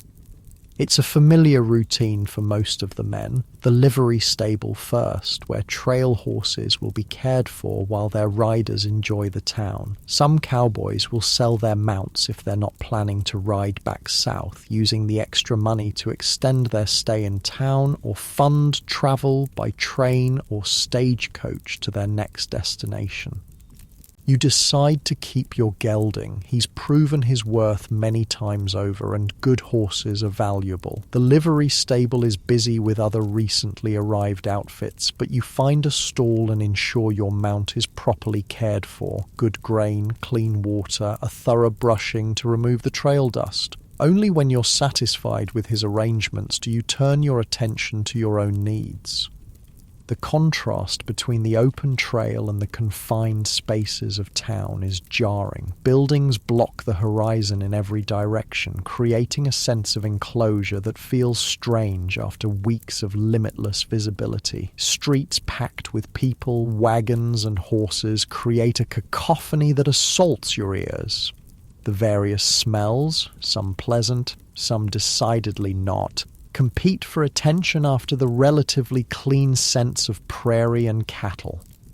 Your first priority is practical. Secure a room for your stay. The better hotels filled quickly during cattle season, but you find space at a modest establishment called the Westerner. The room is small but clean, with an actual bed rather than a straw mattress on the floor. After weeks of sleeping on the ground, it seems luxurious beyond measure. Next comes the ritual every trail-worn cowboy craves, a bath. The town's bathhouse does steady business during the cattle season, providing hot water, soap, and privacy for men who haven't properly washed in weeks. You pay your 25 cents and sink gratefully into the steaming tub, feeling layers of dirt and trail grime dissolve away. The hot water eases aches in muscles that have almost forgotten what relaxation feels like. Clean for the first time in memory, you visit the barber shop next door. The barber takes one look at your shaggy hair and untrimmed beard and gets to work without comment. He's seen countless cowboys in the same condition. Half an hour later, you emerge looking considerably more civilized, your face smooth, your hair neatly trimmed beneath your recently dusted hat. A new shirt from the Mercantile completes your transformation from trail-worn cowboy to relatively presentable town visitor. The crisp cotton feels strange against skin accustomed to sweat-stiffened fabric, but the freshness is worth the $1.50 it cost. By the time you reach the drover's bank, most of the outfit has already assembled, looking remarkably different after similar ministrations. Men who lived in dust and sweat for weeks now stand freshly barbered and clothed, the only remaining signs of their profession being sun-darkened skin, calloused hands, and the distinctive bow-legged stance that comes from years in the saddle. The trail boss handles the paperwork inside, then emerges with a stack of banknotes. One by one, he calls each cowboy forward, counting out the agreed-upon wages plus any bonuses earned for special duties. When your name is called, you step up and receive your pay. $35 for the month's work, plus a $5 bonus for your performance at the river crossing and on-point duty. It's not a fortune, but in your hand it represents the tangible reward for weeks of hardship and risk. With money in your pocket and no immediate responsibilities, the town opens before you like a book of possibilities. The outfit disperses quickly, each man following his own inclinations. Some head directly for the saloons, thirsty for whiskey and company after the isolation of the trail. Others seek out the telegraph office to send word of their arrival to family or the post office to check for waiting letters. A few of the more prudent hands visit the bank first, depositing portions of their earnings for future needs. You decide food comes first. Real food that isn't beans or trail-tough beef. The Prairie Rose restaurant offers a cattleman's special that proves irresistible. A thick beefsteak, potatoes with butter, fresh bread, apple pie and coffee, all for 75 cents. After weeks of Cookie's limited trail menu, the flavors seem almost overwhelming, each bite a reminder of the civilized pleasures you've been missing. Stomach satisfied for the first time in memory, you step back onto the busy street. The sun is lowering toward the western horizon, and Abilene is coming fully to life. Saloons fill with cowboys from various outfits, their boisterous laughter and occasionally raised voices spilling onto the street. Piano music drifts from open doors, competing with the general din of conversation, clinking glasses and boots on wooden floors. You find yourself drawn to the Long Branch Saloon, where several members of your outfit have already gathered. The interior is dim after the bright sunshine outside, the air thick with tobacco smoke and the smell of whiskey. A long bar stretches along one wall, just as the old-timer described, though perhaps not quite 50 feet long. Tables scattered throughout host card games of varying seriousness, while women in colourful dresses circulate among the customers, encouraging drinks and companionship at inflated prices. Diego waves you over to a table where he sits with Manuel and two other hands from your drive. A half-empty bottle of whiskey stands in the center of the table, glasses distributed around it. "There he is," Diego calls. "Man of the hour, our point rider himself." The others raise their glasses in a mock salute, and you find yourself grinning despite your preference for less attention. "Sit down. Have a drink," Manuel says, pushing an empty glass toward you. "We were just remembering that river crossing, the way you handled your horse through that current. Magnifico." You accept the glass and a generous pour from the bottle, the whiskey burning pleasantly down your throat. After weeks of nothing stronger than coffee, the alcohol hits quickly, creating a warm glow that relaxes muscles still tense from the trail. Conversation flows easily among men who've shared hardships and triumphs, their shared experiences creating bonds that transcend their varied backgrounds. As evening deepens into night, the saloon grows more crowded and rowdy. Cowboys from different outfits eye each other with varying degrees of friendliness or suspicion, old rivalries and territorial disputes simmering beneath surface civility. Town marshals make regular rounds through the establishments, their badges gleaming in the lamplight, their presence a reminder that Abilene maintains at least a veneer of law and order. You notice that despite the apparent chaos, certain unwritten rules remain in effect. Cowboys might drink heavily and speak loudly, but most keep their revolvers holstered and their more serious disagreements in check. Those who don't are quickly escorted outside by the marshals, sometimes to the jail depending on their offense. Contrary to popular fiction, frontier towns learned early that unchecked violence was bad for business. The evening progresses with more drinks, stories, and eventually a card game that you join with some reluctance. Poker is a common pastime among cowboys, but you've seen too many men lose their entire season's wages in a single night of bad cards or worse judgment. You set yourself a limit, $5, no more, and stick to it despite the occasional winning hand that tempts you deeper into the game. By midnight, the effects of weeks of hard work, today's excitement, and several whiskeys combine to create an overwhelming fatigue. You bid good night to your companions, some of whom seem prepared to continue until dawn, and make your way back to the Westerner Hotel. The night air feels cool after the stuffy saloon, the relative quiet of the side streets a relief from the constant noise. Your room awaits, the bed turned down by the hotel staff. After weeks of sleeping fully clothed on the ground, the simple luxury of removing your boots and shirt before lying between actual sheets seems almost decadent. The mattress yields beneath your weight, conforming to your body in a way that the hard earth never did.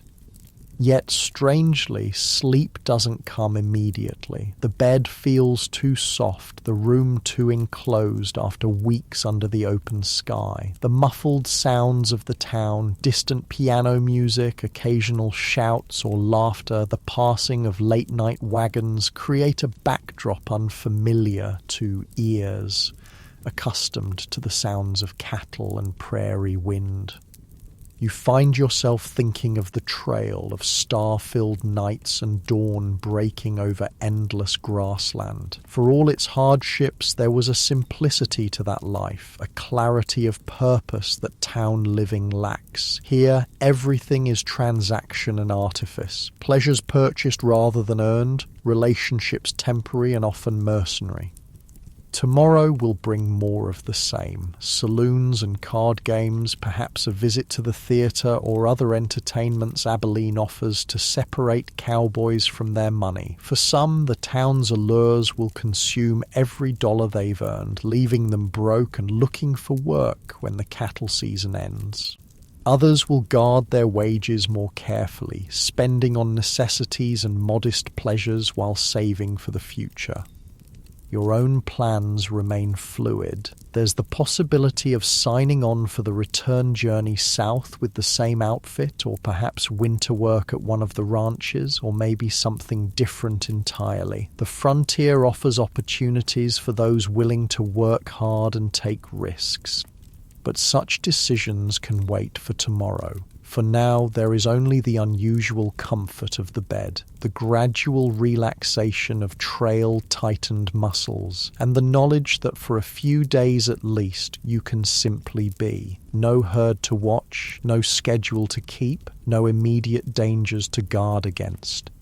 Your eyelids grow heavy as your body finally surrenders to exhaustion. The last thing you hear before sleep claims you is the distant whistle of a train, perhaps carrying the very cattle you helped drive north, now bound for eastern markets and tables. There's satisfaction in that thought, in knowing that the hardships and dangers of the trail served a purpose beyond mere survival. Sleep comes at last, deep and dreamless, the well-earned rest of a job completed. Morning in Abilene arrives with unfamiliar sounds, people moving in hallways, wagons rolling on streets, the distant whistle of a locomotive. For a moment you lie still in the unusual softness of a real bed, your mind trying to reconcile these noises with the dawn chorus of lowing cattle and nickering horses that has awakened you for weeks on the trail. Your body feels different too, cleaner, less immediately painful, though with deep aches that speak of accumulated fatigue rather than yesterday's exertions. The mattress cradles you in a way that's both comforting and strange after so many nights on hard ground. Part of you wants to sink back into this rare luxury, to pull the sheet over your head and sleep until noon simply because you can. But habits formed on the trail die hard. Despite having no schedule to keep, no herd to tend, your body insists on rising with the sun. You swing your legs over the edge of the bed, feet finding the wooden floor that doesn't shift or give like the earth. Everything about town living requires small adjustments from a man accustomed to life on the trail. You dress in your new shirt and freshly brushed pants, boots that still bear the unmistakable marks of hard use despite yesterday's cleaning. Cowboy life leaves its imprint on a man's possessions just as it does on his body. Permanent creases, weathered surfaces, repairs born of necessity rather than aesthetics. The hotel's dining room offers breakfast for 50 cents, eggs, bacon, biscuits with gravy and coffee. After weeks of beans and hardtack, it seems like a feast fit for royalty, though the eggs are slightly overdone and the coffee weaker than Cookie's trail brew. You eat slowly, savouring the novelty of sitting at a proper table, using a real plate and metal utensils instead of the battered tin of trail meals. Other diners fill the room, a mixture of cowboys from various outfits, cattle buyers in their city clothes, travelling salesmen, and the occasional local businessman. The conversations create a pleasant background hum, punctuated by the clink of cutlery and the occasional burst of laughter. It's a civilized sound, so different from the elemental noises of the trail. Wind, animals, men's voices competing with the vastness of open space.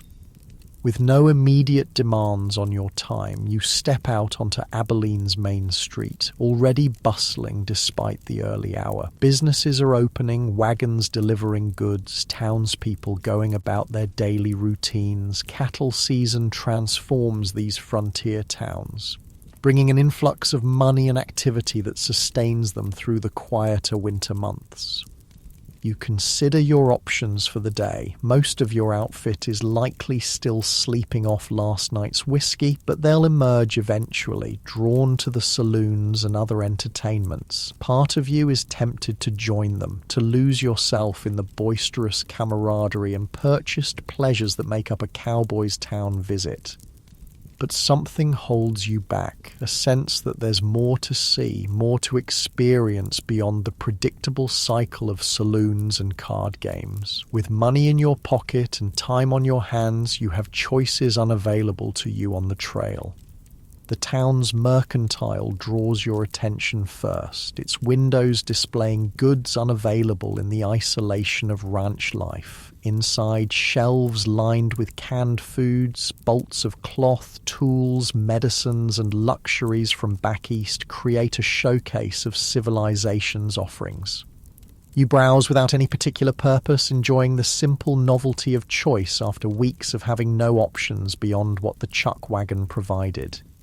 Eventually, you make a few practical purchases: tobacco, a new bandana, sturdy socks, ammunition for your revolver. Small things, but important for the working cowboy. The shopkeeper wraps them carefully in brown paper, tying the package with string. The transaction complete, you step back onto the boardwalk, your modest bundle tucked under your arm.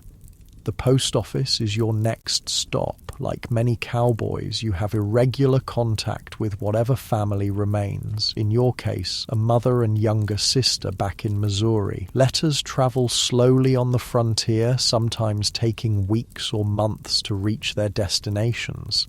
But they provide a tenuous connection to the world beyond cattle and trail dust.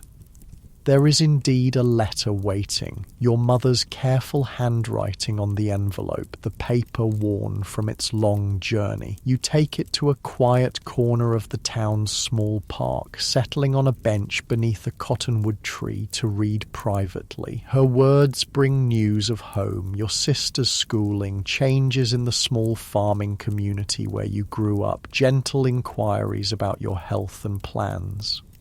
Between the lines, you can read her continuing hope that you might someday return, though she knows better than to ask directly. The letter stirs complicated feelings. There's love for the family you rarely see, nostalgia for the simpler life you left behind, but also the certainty that you could never return to it permanently. The constraints of farm life, the predictable rhythms of planting and harvest, the close quarters of community, all would feel like a prison after years of the freedom found on the open range.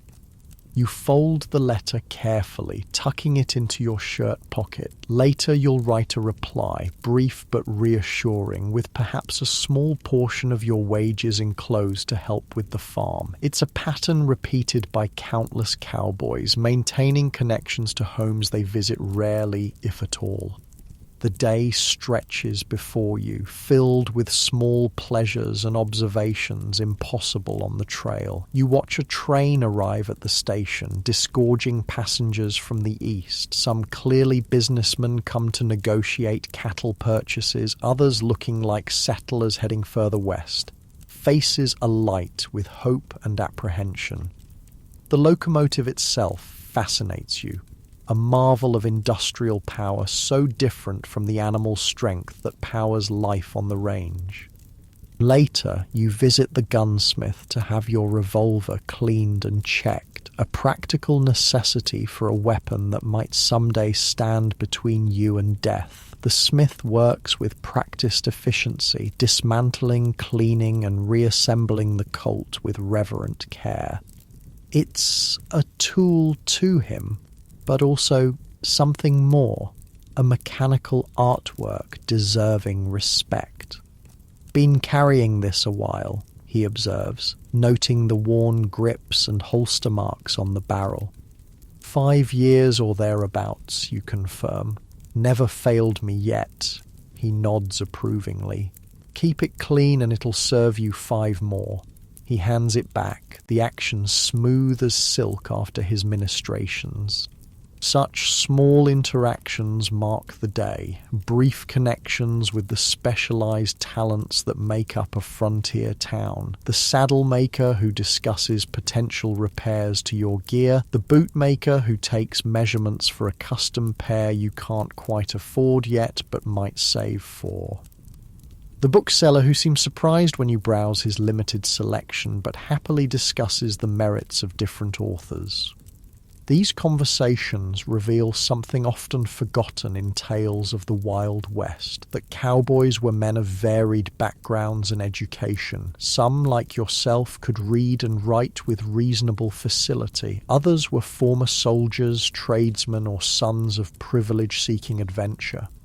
A few were fugitives from justice or troubled pasts. All found in the cowboy life a certain egalitarianism where a man was judged by his skills and reliability rather than his origins. By late afternoon, you find yourself drawn back toward the saloons where your outfit has likely gathered. Sure enough, several familiar faces are already settled at tables or standing at the bar, exchanging stories with cowboys from other drives. The atmosphere is more subdued than last night. Men pacing themselves for the longer stay in town, nursing beers rather than pounding whiskey. Diego waves you over to a table where he sits with Tom and a couple of hands from a different outfit. "There he is," Diego calls. "Was beginning to think you'd gone respectable on us." You settle into an empty chair, accepting the beer someone pushes your way. "Just seeing the sights," you explain. "Town's got more than just saloons, turns out." Tom snorts. Nothing worth the time that doesn't involve whiskey, women, or cards. But there's no real conviction in his voice, just the expected performance of the hard-living cowboy that masks more complex realities. The conversation flows easily among men who understand each other's lives, touching on shared experiences and future plans. You learn that most of your outfit will be heading back south in a week, the trail boss having already secured a contract to return with the chuck wagon and remuda. Some will go, lured by the promise of continued work. Others, like Tom, plan to winter in Wyoming, having lined up ranch work that will carry them through until spring. What about you?" Diego asks. "Coming back with us?" You hesitate, realizing you haven't fully decided. The familiar rhythm of the trail has its appeal. At least you know what to expect, harsh as it might be. But something in you seeks change, perhaps a different challenge or simply a new landscape. "Haven't made up my mind," you admit. "Might head west a bit, see what's hiring in Colorado or Montana." The others nod, understanding the restlessness that drives many cowboys to move regularly between outfits and territories. Few expect to stay in one place or with one outfit forever. It's the nature of the life to follow opportunity and inclination across the vast spaces of the frontier. As evening approaches, the saloon grows more crowded and rowdy. Fresh outfits have arrived in town, their members flush with newly paid wages and eager for entertainment after weeks of deprivation. The piano player arrives, striking up popular tunes that soon have men singing along in various states of musical ability. Women in bright dresses circulate through the crowd, encouraging drinks and companionship at inflated prices. You nurse your beer, feeling slightly removed from the growing revelry. Last night's excitement has faded, replaced by a more contemplative mood. Perhaps it's the letter from home or simply the natural come down after the drive's completion, but you find yourself observing more than participating in the saloon's entertainments. A commotion near the bar draws everyone's attention. Two cowboys from different outfits, faces flushed with alcohol, voices raised in disagreement. The subject is unclear, but the trajectory is familiar. Before it can escalate further, the town marshal appears as if by magic, his presence alone causing a subtle ripple of adjustment in the room. "Take it outside or cool it down," he says simply, one hand resting casually near his holstered revolver. His eyes, hard as flint beneath the brim of his hat, convey the seriousness behind the mildly delivered ultimatum. The cowboys glare at each other a moment longer, then mutter acknowledgements and separate, moving to opposite sides of the room. Crisis averted, the marshal nods to the barkeeper and continues his rounds. It's a scene played out nightly in cattle towns across the frontier. Potential violence channeled and contained by the thin veneer of law enforcement. Contrary to the romantic legends that would later grow around the Wild West, most cowboys avoided serious trouble in town. Their work required cooperation, level-headedness, and respect for the practical realities of frontier life. Those who couldn't control their tempers or respect basic rules rarely lasted long in the profession. The mythical gunslinger of later fiction bore little resemblance to the pragmatic working cowboys who drove cattle north from Texas. As the evening progresses, you find yourself ready for quieter surroundings. Bidding goodnight to your companions, you step out onto the boardwalk, inhaling the cooler night air with relief after the smoky confines of the saloon. Stars shine overhead, partially obscured by the glow of town lights but still visible, a reminder of the vast wilderness that lies just beyond these streets and buildings. You walk slowly back to your hotel, considering options for the days ahead. The money in your pocket provides temporary freedom, but it won't last forever. Soon enough, you'll need to make decisions, commit to a direction, secure work for the coming season. For now, though, there's a rare luxury in having choices, in not being immediately bound by the demands of cattle or trail boss. Your room welcomes you with simple comforts. The bed turned down, a pitcher of fresh water on the washstand, a small lamp casting warm light against the coming darkness. You remove your boots and outer clothes, performing ablutions that would have been impossible on the trail. The soap smells faintly of lye rather than the harsh carbolic of the bathhouse, and the water is cool rather than hot, but the simple act of washing face and hands before sleep feels civilized in a way that still surprises you. The bed receives your tired body gratefully, the mattress seeming less disconcertingly soft than the previous night. Perhaps you're already adapting to town comforts, your body forgetting the hard ground more quickly than expected. You extinguish the lamp and lie in darkness, listening to the muffled sounds of Abilene at night, distant piano music, occasional voices or laughter, the passing of late wagons or pedestrians on the street below. Sleep approaches slowly, your mind too full of possibilities to surrender quickly to unconsciousness. Images and memories drift through your thoughts. The endless horizon of the prairie, the night sounds of a bedded-down herd, the camaraderie of men around a campfire after a day's hard riding. For all its hardships and dangers, there's a purity to trail life that town living lacks, a direct connection to the elemental realities of earth and sky, animal and human, that civilization obscures with its comforts and complexities. Yet you can't deny the appeal of those very comforts. The clean sheets beneath you, the prospect of regular meals not limited to beans and salt pork, the simple luxury of a door that closes for privacy. The working cowboy lives between these worlds, experiencing the extremes of primitive hardship and civilized pleasure in a cycle dictated by the seasonal rhythms of cattle raising.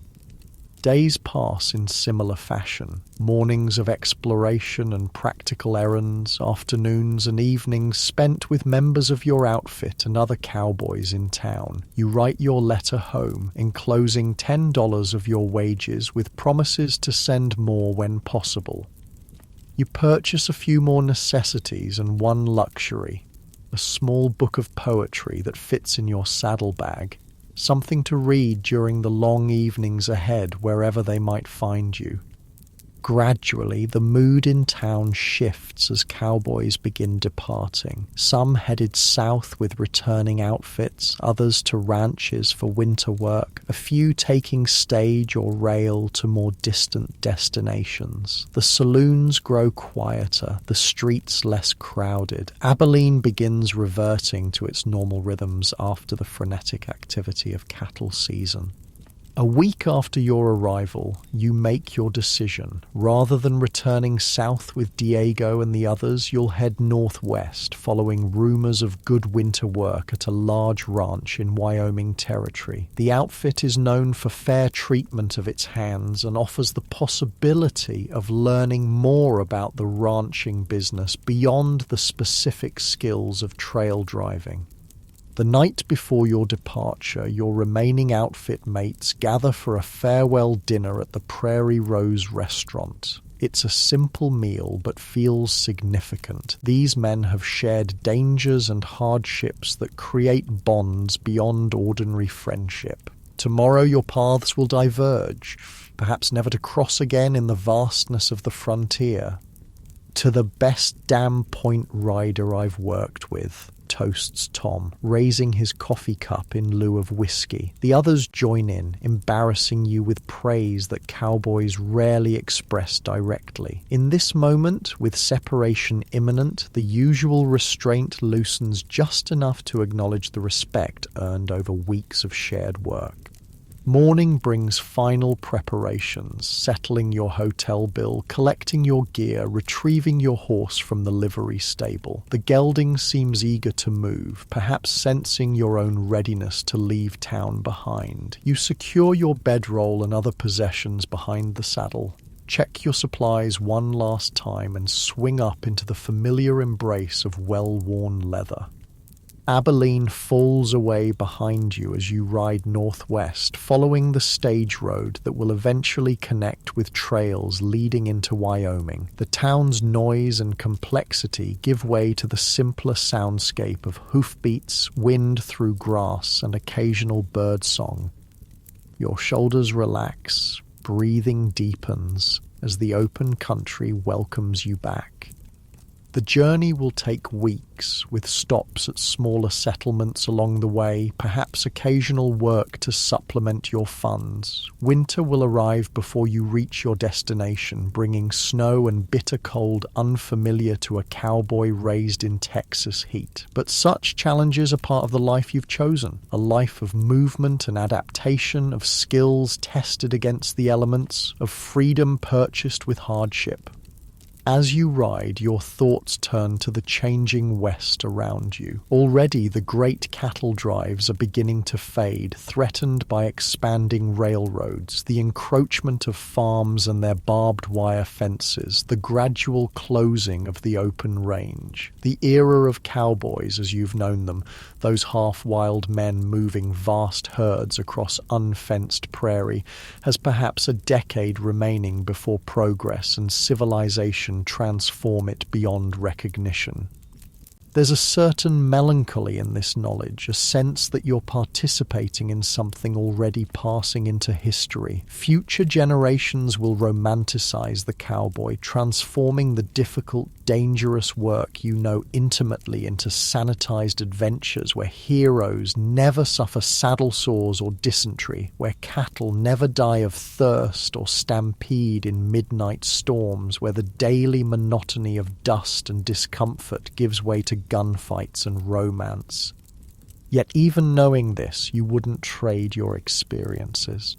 To have lived this life, however briefly in the grand scope of history, to have ridden through dawn light with 2,000 longhorns spread before you, to have felt the perfect communication between horse and rider during a difficult river crossing, to have shared coffee and hardtack with men whose entire worth was measured in skill and reliability rather than wealth or background. These are privileges few will know in the coming age of machines and cities.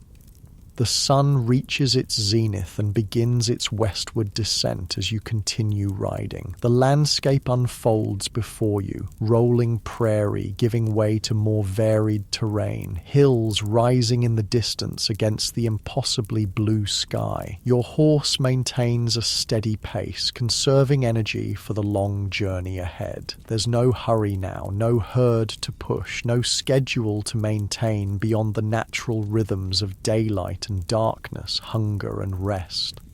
By late afternoon, you begin looking for a suitable camping spot, somewhere with water and grass for your horse, perhaps a bit of shelter from the wind. An experienced eye identifies possibilities that a town dweller might miss, the slight depression that will block the prevailing wind, the particular shade of green that suggests a spring or seep nearby, the arrangement of trees that might provide both firewood and security.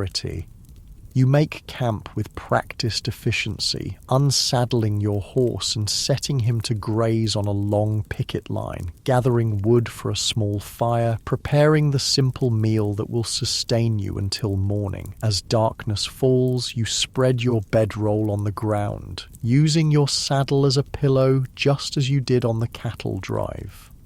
Above, stars emerge in breathtaking profusion, undiminished by town lights or buildings, the same stars that guided cowboys across the trackless prairie in the earliest days of the great herds.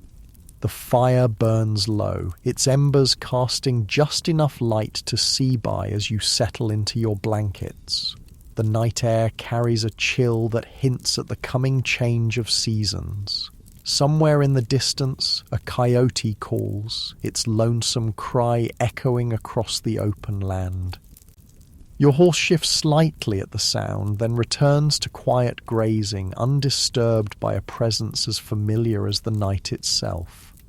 Lying beneath that vast canopy of stars, you feel a profound connection to the land and its rhythms, to the generations of men who've made their lives in this harsh, beautiful country. Cowboys, vaqueros, native peoples, all bound to this landscape in ways that permanent settlements and civilization can never fully understand. There's truth in that connection. A fundamental honesty in facing the elements directly, in knowing that survival depends on skill, judgment, and sometimes simple luck. Sleep approaches gently, your body relaxing into the familiar embrace of earth beneath and sky above. Tomorrow will bring more riding, more decisions, more challenges, both expected and unforeseen. The Wyoming ranch may prove to be everything you hope for, or merely another temporary stopping point in a life of movement. Either way, you'll face it with the quiet competence and adaptability that define the true cowboy, not the fictional hero of later stories, but the working man who drove cattle, endured hardship, and helped shape a nation's expansion across a continent. Your breathing deepens, muscles relaxing after the day's ride. The last conscious thought before sleep claims you as appreciation for the open country stretching in all directions, for the skills hard-won through years of difficult work, for the freedom to choose your path despite the uncertainties it brings. In a rapidly changing world where railroads and telegraph wires and barbed fence are already transforming the West, you've experienced something authentic and elemental that future generations will know only through stories and images. As you drift into dreams, the essence of cowboy life surrounds you, not the romanticized version of later myth, but the real experience of sun and wind, dust and danger, companionship and solitude. It's a hard life, but an honest one, demanding everything while promising little beyond the satisfaction of meeting those demands with skill and courage. And perhaps that's enough. To have lived fully in your time and place, to have mastered the specific challenges of your chosen work, to have seen landscapes and sunrises that city dwellers can scarcely imagine. The cowboy era is already fading into history, but its spirit, the practical idealism of self-reliance, adaptability, and quiet competence, will remain embedded in the American character long after the last great herd have disappeared from the prairie. The fire burns down to ash, the stars wheel overhead, and sleep encompasses you completely. Tomorrow is another day on the trail, another step in a journey without fixed destination. For now there is only the perfect stillness of night on the open prairie, the distant call of coyotes, and the peaceful rhythms of rest well earned.